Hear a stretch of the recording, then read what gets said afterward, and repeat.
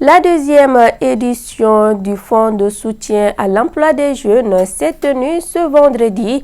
Cette initiative portée par la Fondation malienne pour l'entraide et le développement a permis à 19 jeunes de bénéficier d'un fonds total de 9 millions de francs CFA. Awa Sidibé et Amadou Loubekone pour les détails. 9 millions de francs CFA, c'est la somme octroyée par la Fondation malienne pour l'entraide et le développement FEMED à travers son projet FONSEJ, Fonds de soutien à l'emploi des jeunes. Ce financement constitue un précieux appui pour le développement des projets des bénéficiaires. Déjà, je suis émue pour l'initiative. On a reçu de l'argent, 450 000 n'est pas rien. Donc du coup, ça va beaucoup apporter dans mon entreprise, vu que je fais de la pisciculture. Ça va m'aider non seulement à acheter des aliments, mais aussi à acheter des aliments. Le FONSEJ est une initiative que nous avions lancée en 2020 et que nous avons institutionnalisée l'année dernière au sein de la Fondation malienne pour l'entraide et le développement.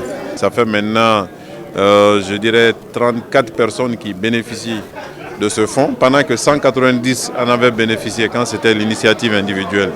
Un peu plus de 100 millions en tout.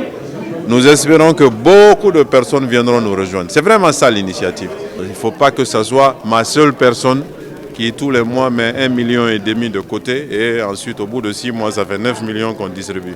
Au départ, plus de 160 candidats ont postulé pour cette deuxième édition. Les bénéficiaires proviennent de différentes régions du Mali. 19 lauréats qui sont de la région de Kaye, Kita, Koulikoro, Ségou, Sigasso et le district de Bamako.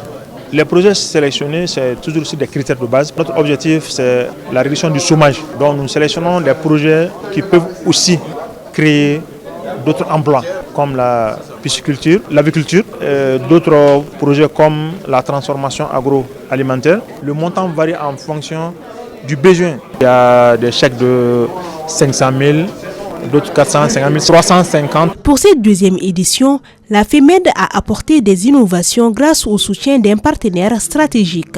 L'APEJ nous accompagne depuis 4 ans. L'APEJ forme les bénéficiaires et l'APEJ va maintenant les suivre. On va faire des évaluations. C'est ce que nous cherchons. Parce qu'une chose est de donner des ressources pour que les jeunes travaillent avec.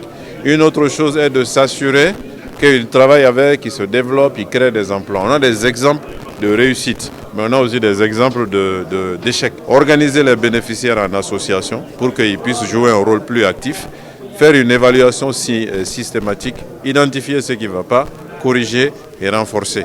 Lors de la cérémonie, des vidéos des anciens bénéficiaires ont été diffusées, mettant en lumière les montants qu'ils ont reçus et les réalisations qu'ils ont accomplies au fil des ans.